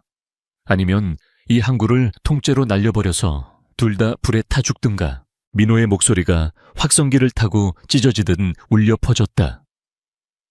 그의 손에 들린 기폭장치는 항구 지하에 매설된 가스관과 연결되어 있었다. 그것이 터지면 단순히 증거가 사라지는 수준이 아니라 이 일대가 거대한 크레이터로 변할 것이었다. 컨테이너 안테오는 지수의 어깨를 감싸 안은 채 차갑게 아래를 내려다보았다. 그의 옆구리에서는 피가 계속 배어나오고 있었지만 눈빛은 흔들림이 없었다. 태호씨, 그냥 항복해요. 당신이라도 살아야죠. 지수가 울먹이며 그의 옷자락을 잡았다. 태호는 피 묻은 손으로 그녀의 뺨을 어루만졌다. 날 믿어. 내가 말했지. 놈들의 계획대로 되지는 않을 거라고. 태호는 주머니에서 작은 리모컨을 꺼내 그녀에게 보여주었다. 그리고 시선을 민호에게 고정했다. 형, 네가 간과한 게 하나 있어. 태호가 소리쳤다.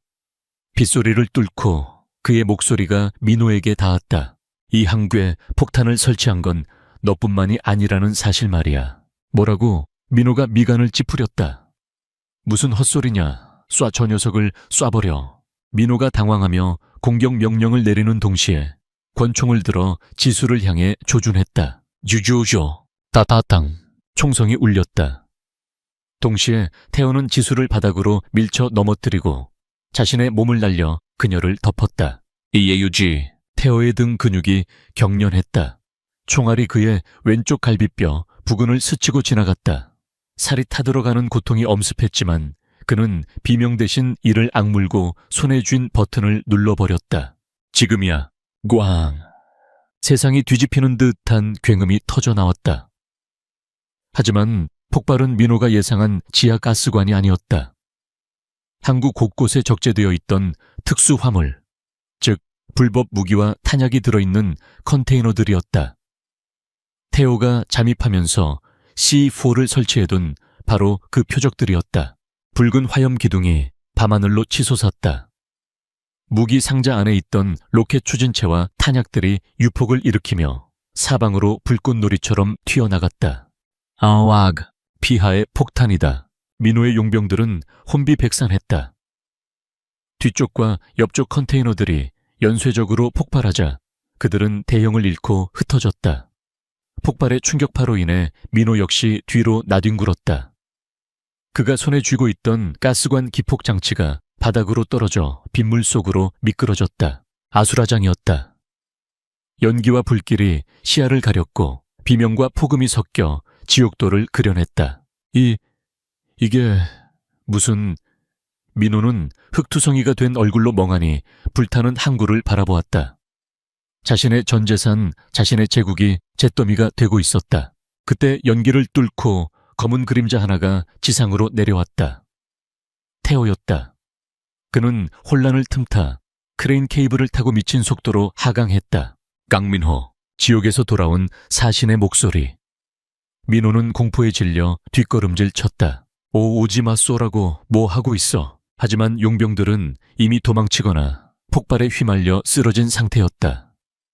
남은 건 오직 두 형제뿐이었다. 민호는 떨리는 손으로 바닥에 떨어진 권총을 집어들었다.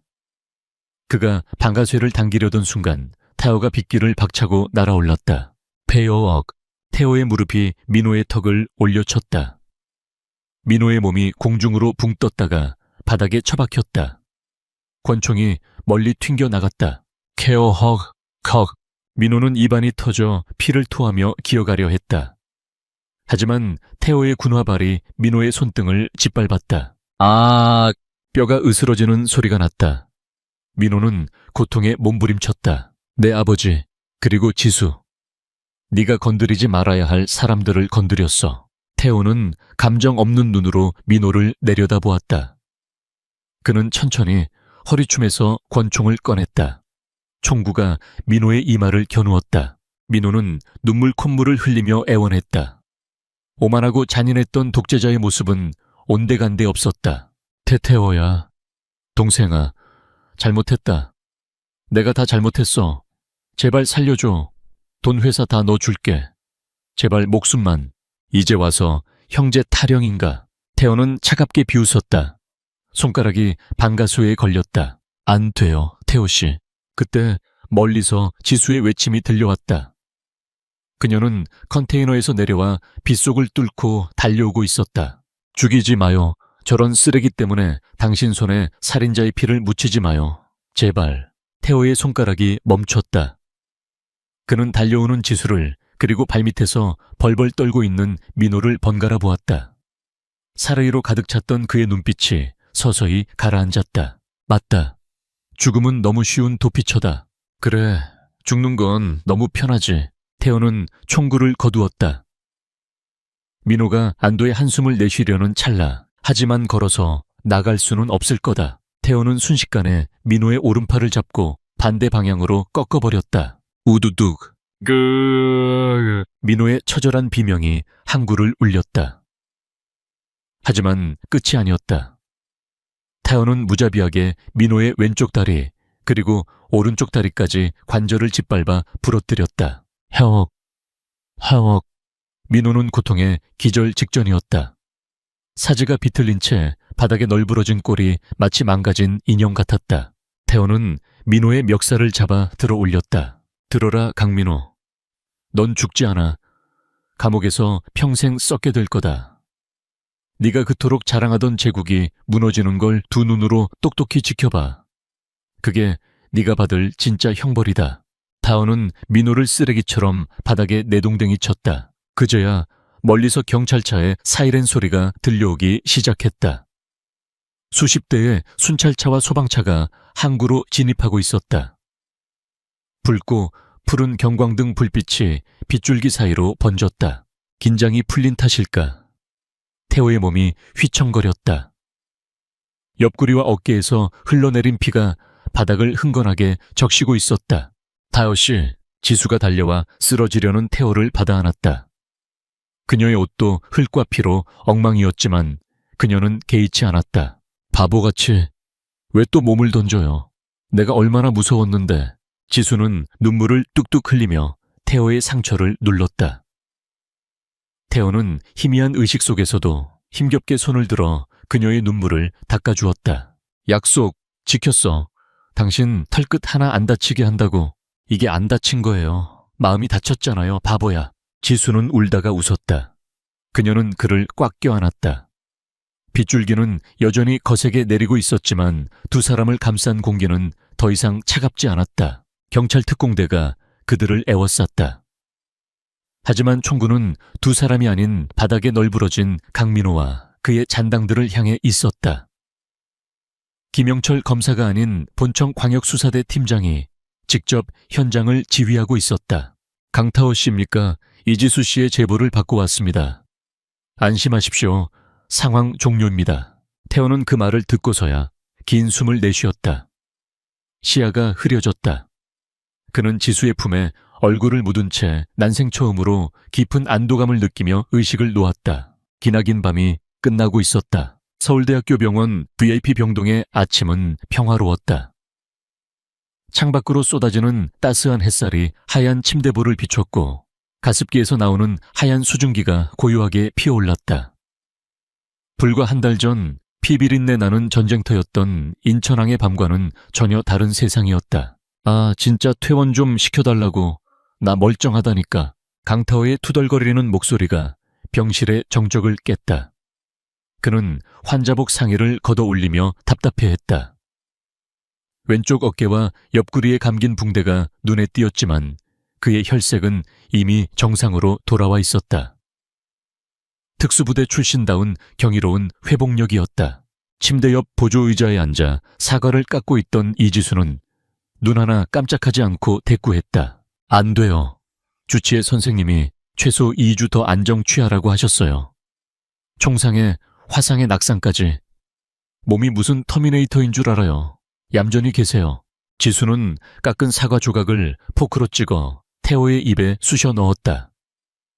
태호는 우물우물 씹으며 억울한 표정을 지었지만 그녀의 단호한 눈빛에 깨갱하고 꼬리를 내렸다. 그리고 뉴스 좀 그만 봐요. 지겹지도 않아요. 지수가 TV 리모컨을 뺏으려 하자 태호가 손을 피했다. 보아야지. 내 작품의 결말인데. TV 화면에는 강그룹 불법 무기 밀매 사건에 대한 속보가 흘러나오고 있었다. 앵커의 목소리가 들떴다. 검찰은 강민호 전 전무에게 무기징역을 구형했습니다. 그는 불법 무기 밀매 살인교사 그리고 부친에 대한 존속살해 미수 혐의를 모두 인정했습니다. 한편 그를 도운 모친 최모 씨 역시 증거 인멸 및 독극물 투여 혐의로 구속 기소되었습니다. 화면에는 휠체어에 타고 호송되는 강민호의 모습이 비쳤다. 양팔과 두 다리에 깁스를 한 채 마스크로 얼굴을 가리고 고개를 푹 숙인 모습은 초라하기 그지없었다. 한때 대한민국 재계를 호령하던 황태자의 몰락이었다. 기골 좋군. 태호가 피식 웃었다. 감옥에서는 휠체어 서비스가 별로일 텐데 말이야. 바이퍼인가 뭔가 하는 그 킬러는요. 지수가 물었다. 전신 마비 판정을 받았대. 평생 침대에 누워서 천장만 보고 살아야 한다더군. 죽는 것보다 더한 형벌이지. 태호는 씁쓸하면서도 후련한 표정으로 창밖을 바라보았다. 정의는 실현됐다. 하지만 그 과정에서 흘린 피와 상처들은 쉽게 지워지지 않을 것이다. 그때 병실 문이 드르륵 열렸다. 회장님 들어오십니다. 비서의 안내와 함께 휠체어를 탄 노신사가 들어왔다. 강 회장이었다. 독극물 해독 치료를 마치고 많이 호전되었지만 여전히 수척한 모습이었다. 하지만 눈빛만은 예전의 총기를 되찾아 있었다. 지수는 황급히 일어나 고개를 숙였다. 회장님 오셨습니까? 강 회장은 손을 들어 지수를 만류하고 침대에 누운 아들에게 시선을 고정했다. 어색한 침묵이 흘렀다. 10년 만에 제대로 된 대면이었다. 몸은 좀 어떠냐? 강 회장이 먼저 입을 열었다. 무뚝뚝하고 거친 목소리였지만 그 안에 담긴 미세한 떨림을 태호는 놓치지 않았다. 죽다 살아났죠 뭐. 영감님 덕분에. 태호가 퉁명스럽게 대꾸했다. 강 회장은 씁쓸하게 웃었다. 미안하다. 이 못난 애비를 용서해라. 내 눈이 멀어서 하마터면 늑대 새끼를 키워 너와 회사를 다 잡아먹힐 뻔했구나. 그는 품에서 서류 봉투 하나를 꺼내 침대 위에 놓았다. 내 지분양도 서류다. 그리고 이사회 의결서도 첨부했다. 강민호와 그 어미의 지분은 전량 몰수되어 사회에 환원될 거다. 남은 건 내 몫이다. 네가 회장 자리를 맡아다오. 너라면 이 썩어빠진 그룹을 다시 세울 수 있을 게다. 이지수가 놀란 눈으로 태호를 바라보았다. 재벌 총수. 모든 남자가 꿈꾸는 자리였다. 엄청난 부와 권력이 태호의 손에 쥐어지려는 순간이었다. 하지만 태호는 서류 봉투를 쳐다보지도 않았다. 겨절합니다. 강 회장의 눈이 커졌다. 뭐라고? 네가 목숨 걸고 지킨 회사다. 전 회사를 지킨 게 아닙니다. 아버지를 지키고 제 여자를 지킨 겁니다. 타은은 지수의 손을 슬그머니 잡았다. 지수의 얼굴이 빨개졌지만 뿌리치지 않았다. 그리고 저는 넥타이 메고 이사회에 앉아있는 것보다 기름때 묻히고 엔진 만지는 게 더 체질에 맞습니다. 아시잖아요. 저 경영수업 땡땡이 치고 정비소에서 살았던 거. 태호는 서류를 다시 강 회장의 무릎 위에 올려놓았다. 전문 경영인을 들이세요. 깨끗하고 능력 있는 사람으로. 그리고 지수, 아니 이 실장이 옆에서 잘 보조할 겁니다. 그녀는 누구보다 회사를 잘 아니까요. 나나도 그만둘 건데. 지수가 끼어들었다. 뭐 이번에는 태호와 강 회장이 동시에 놀랐다. 지수는 팔짱을 끼고 당당하게 말했다. 저도 사표 낼 거예요. 이번 일 겪으면서 느낀 게 많거든요. 언제 죽을지 모르는 인생 일만 하다가 늙어 죽긴 싫어요. 퇴직금이나 두둑이 챙겨주세요, 회장님. 강 회장은 멍하니 두 사람을 번갈아 보다가 갑자기 껄껄 웃음을 터뜨렸다. 하하하하, 그래. 그놈의 핏줄이 어디 가겠냐. 고집불통인 건 네 엄마를 쏙 빼닮았구나. 강 회장은 눈가에 맺힌 물기를 훔쳐내며 고개를 끄덕였다. 알았다. 내 뜻대로 하마. 대신 가끔 밥이나 먹으러 오너라. 문전박대하지 않을 테니 갈비찜 맛있게 하면 생각해보죠. 태호가 씩 웃었다. 오해와 증오로 얼룩졌던 부자의 관계가 비로소 화해의 첫 단추를 꿰는 순간이었다. 찰리. 1년 후 강원도 양양의 한 한적한 해안도로. 파도 소리가 시원하게 부서지는 바닷가 언덕 위에 컨테이너를 개조해 만든 투박하지만 힙한 건물이 하나 서 있었다. 간판에는 가우스트 가라주 고스트 정비소라고 적혀 있었다. 가게 앞마당에는 클래식 바이크와 올드카들이 줄지어 서 있었고 록 음악이 흘러나오고 있었다. 아이, 사장님, 이거 술이 언제 끝나요? 선글라스를 낀 손님이 소리쳤다. 차 밑에 들어가 있던 남자가 바퀴 달린 받침대를 타고 쓱 미끄러져 나왔다. 기름때가 묻은 작업복을 입었지만 터질 듯한 근육과 잘생긴 외모는 감춰지지 않았다. 강타오였다. 다 됐습니다. 캐브레터 청소했고 점화 플러그 갈았어요. 이제 쌩쌩할 겁니다. 태호가 장갑을 벗으며 땀을 닦았다. 손님은 엔진 소리를 듣고 엄지를 치켰으며 돈을 지불하고 떠났다. 아, 오늘도 빡세네. 태호는 냉장고에서 콜라를 꺼내 마시며 바다를 바라보았다. 서울에서의 복잡하고 위험했던 삶이 전생처럼 느껴졌다. 지금은 기름 냄새와 파도 소리, 그리고 평화만이 가득했다. 강 사장, 주문하신 배달 왔습니다. 경쾌 한 목소리와 함께 하얀 원피스를 입고 밀짚 모자를 쓴 여자가 스쿠터를 타고 나타났다. 이지수였다. 그녀는 더 이상 딱딱한 정장 차림의 비서실장이 아니었다. 햇살에 살짝 그을린 건강한 피부와 활짝 웃는 미소가 눈부시게 아름다웠다. 그녀는 정비소 옆에 작은 서핑숍 겸 카페를 운영하고 있었다. 우리 사장님, 오늘은 메뉴가 뭡니까? 김밥이랑 떡볶이. 내가 직접 만들었어. 생명보험은 들어놨는데. 태호가 장난스럽게 뒷걸음질 쳤다. 야 강타어, 죽을래. 지수가 헤드록을 걸어오자 태호는 킬킬거리며 그녀를 번쩍 안아들었다. 아, 내려줘요. 사람들 본단 말이야. 보라고 해. 내 여자가 이렇게 예쁜데 자랑 좀 해야지. 태호는 그녀를 자신의 무릎 위에 앉히고 벤치에 앉았다. 두 사람은 바다를 바라보며 점심을 먹었다.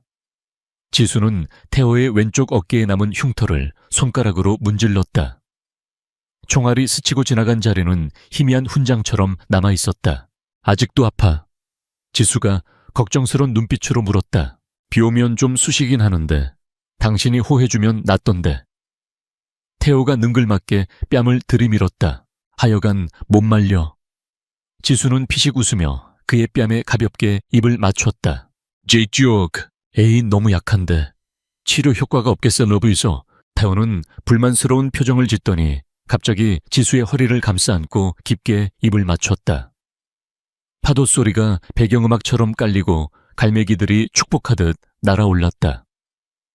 입술이 떨어지자 두 사람은 서로의 이마를 맞대고 웃었다. 행복하다. 지수가 속삭였다. 나도. 태호가 대답했다. 그는 지수의 손을 잡고 깍지를 꼈다. 재벌 2세라는 타이틀도 최정예 특수요원이라는 명예도 버렸다. 하지만 그는 지금 그 어느 때보다 부자였다. 사랑하는 사람과 지킬 수 있는 평범한 일상이 있었으니까. 근데 태호 씨, 어제 뉴스 봤어. 우리 회사가 이번에 친환경 선박 사업 대박 쳐서 주가가 폭등했대. 전문 경영인 영입한 게 신의 한 수였나 봐. 개오빠, 내가 뭘 했어. 난 주식 배당금이나 받으면서 셔터맨이나 할 팔자라니까. 웃기시네. 빨리 저 오토바이나 고쳐. 돈 벌어야지 과장님. 네네 알겠습니다 마님. 태호는 다시 스패너를 집어들었다. 지수는 옆에서 그에게 시원한 아이스커피를 건넸다. 햇살은 찬란했고 바다는 푸르렀다. 폭풍우는 지나갔고 그들의 인생에는 영원한 맑음만이 예보되어 있었다. 강태호와 이지수. 두 사람의 진짜 이야기는 이제부터 시작이었다. 독자 여러분, 지금까지 폭풍의 항구 강철의 연인을 사랑해 주셔서 진심으로 감사드립니다. 강타우와 이지수의 치열했던 복수극과 달콤한 로맨스가 여러분의 일상에 작은 즐거움과 카타르시스가 되었기를 바랍니다. 폭풍우가 지나간 뒤에 더욱 단단해진 두 사람의 사랑처럼 여러분의 삶에도 시련 뒤에 따뜻한 햇살이 비치기를 기원합니다. 저는 더 흥미진진하고 가슴 뛰는 이야기로 다시 찾아오겠습니다. 감사합니다. 행복하세요.